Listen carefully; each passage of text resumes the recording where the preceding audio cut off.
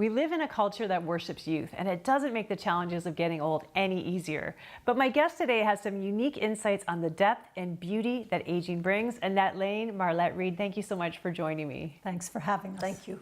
Now, Marlette, you spent almost a decade in palliative care as a chaplain, and Annette, you're an associate professor at Athabasca University. The two of you have teamed up. You've written this beautiful book, Making Meaning in Older Age. You lecture on this topic. Why were you so passionate about addressing it? I think there's several reasons, Cheryl. One is getting older is not easy. And so it's often a stage of multiple transitions, but the transitions are not like youth, which tend to be bigger and better. There's lots of losses. It's very difficult. Number two, for caregivers of older adults, it's also a difficult journey. There's often a lot of emotions, grief, guilt, sadness, anger, so it's difficult for them. Number three, did you want to talk about the guilt and the grief that... There's so much guilt that goes with the families of elderly folks. There can be for older adults too, life regrets, things the should've, could've, would've's, if they could go back and redo things. So there's often some work to be done, some existential, spiritual work. The I love yous, the I'm sorry, please forgive me, so very important. For the adult children of elderly folks, they often have young people at home and they've got their elderly folks and they both work and they don't know how they can do it all and they feel like they're somehow failing. And so it is a bit of an emotional minefield for many people. And so there are many situations in our society that are not ideal and people are weighted down with the somehow I'm not doing a good enough job. And we don't talk about it. And that's why I'm so glad that we're talking about it, because I think we prepare for so many things in life, through university, all that. We don't prepare for getting older. No one tells us what that's going to be like and what to expect and how to even face perhaps our eventual death, as we're all going to die. Yeah. I love what you said about regret, because you encourage in the book spiritual reminiscence and looking over your life, because it is a time, as you said, where you might be thinking, I'm never gonna, this dream that I had, I'm just realizing I'm never probably going to climb Everest. Yes. Or I regret these things that I've done or these broken relationships. How do you do that process of spiritual reminiscence?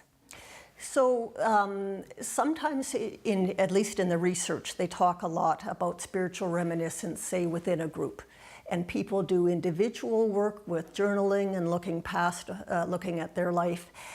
They may come together in a group situation, but that might not be viable for a lot of people. People can do it by looking back on their life, looking for themes around their relationship with God, their faith, how things went, where there are issues, whether it be forgiveness issues, forgiveness of themselves, forgiveness towards others. For some people, they don't feel forgiven by God, and for other people, they hold grudges against God because life has been very difficult. Marlette has done a lot of work in that area. One-to-one with folks, and it's a great way to get people to tell their story.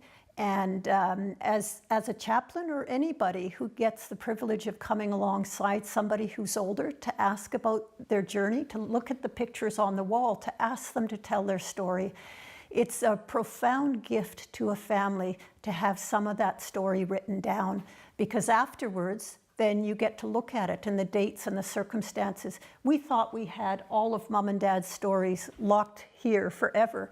And now that they've gone, we realize we've forgotten key details and we don't know who to go and ask about it. And our questions changed. In our 30s, we thought we knew what we needed to know, but in our 50s, our questions change. And so we're much more aware of how our history and their history has shaped us as people. And we didn't realize that when we were growing up. And in that one-to-one or group reminiscence, an astute listener can draw out the themes of a person's life. There will lots of times come out, I wish I had, if I could do it all over again. And there is opportunity for that person to do some soul work, or even to reconnect with somebody, or to ask for forgiveness from God for sin. all of those things that are there on the soul, asking them to tell the story, it comes out, and it gives the person who's listening a wonderful opportunity to celebrate the good themes, to say, wow, you are an overcomer. How did you ever make it through the Depression and World War II? And then you immigrated, and then you did this and that. And it places value on that person's life that they may not think anybody sees. It's such important work because you think, you know, when the time comes when you start your final journey and you know that you're facing your death, if you do happen to know that, not all of us do, a lot of those burdens on the soul now you've come to peace with. Yes. And you know, one of the things, part of the work is that if you've tied up your identity, as a lot of people do, not everyone, but if you've tied up your identity in raising your kids, in your job, when you retire or when you're no longer physically able to do it, all of a sudden your worth, or why am I even still here? Those are some of the questions you have to wrestle with. Tell me about that dynamic. Well, and this is one of the reasons why we wrote the book. The whole notion of making meaning as we get older. And the making meaning is intentional in the sense that we didn't just say meaning somehow kind of comes from heaven and shines on us, even though there's deep meaning in having faith. But there's an intentional aspect where people have to work out that meaning that comes with a relationship with God. They have to work it out in their day-to-day living. And this is where sometimes people in the church forget that. And then they wonder, I'm a Christian. Why is it that I feel so empty and I feel so useless? And we believe this is one of the reasons why. They are not actually working at making meaning. And making meaning is work. Whether you volunteer, whether you still work part-time, whether you, whatever you do, whether you pray for others, it is work. It isn't easy. And you say to start planning for that meaning many years before you start hitting your more elderly years, to start thinking about how am I going to have meaning in my retirement. It's such good advice. And also you say that a lot of people give up their spiritual roots as they're growing up because we have that illusion of independence. We don't need God. But when you start getting older, frailty happens, whether physically or mentally, or you could be facing illness. You realize I'm not in control of my life. And all of a sudden this return happens to the spirituality that started your life. Talk to me about the importance of faith in those latter years. It's huge. And in a hospice setting, I've had the privilege of walking with people on their journey over the course of weeks, and to see them go back to what was put on the hard drive of their souls. And they do that. One gentleman said to me once, I hope you don't think it's disingenuous of me to come back to my faith now that I'm dying. And I said, no, actually, it is actually very common to go back to the roots that you had. Simple things like the Lord's Prayer will bring people who are facing into their mortality to tears. Old hymns. There are things that they can go back to and find tremendous meaning in. And so there is that verse in Ecclesiastes that says, God has set eternity upon our hearts. With my whole heart, I believe that. And as people are getting close to the veil, they often have a sense that there's more coming and they need to prepare. And some, even without a religious background, will say, what do I need to do now? What do I need to do to prepare? Because of that, that sense of eternity and that sense of God that has been put upon their spirits, the imago Dei, the image of God.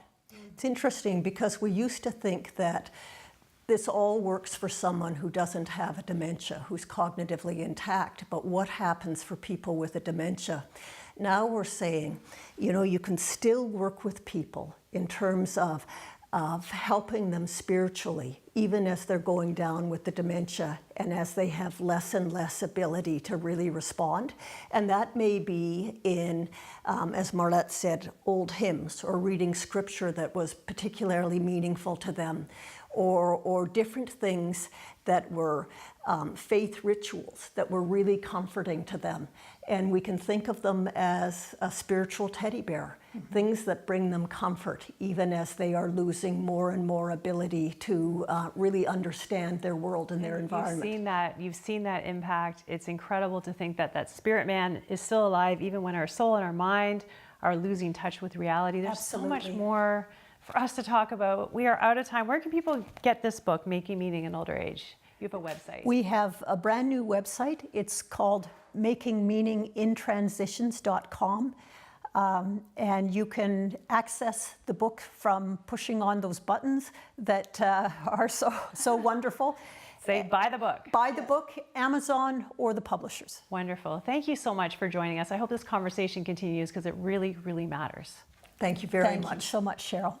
And maybe you're watching this thinking, I don't know if I have meaning. I don't know if I'm ready to face the end of my life. Maybe you are facing an illness and the illusion of control has been shattered over your life. Those can all be good things if they encourage you to look to God, who can bring you comfort that is beyond imagination, that you wouldn't even think is possible right now, and a peace. The Bible says it passes understanding. It makes no sense, but you have peace in the middle of it. If you want someone to pray with you and just help you on that journey, please give our prayer lines a call. We would love, day or night, to pray with you and just to help you along your journey and hopefully open the door to that incredible peace. We'll be right back.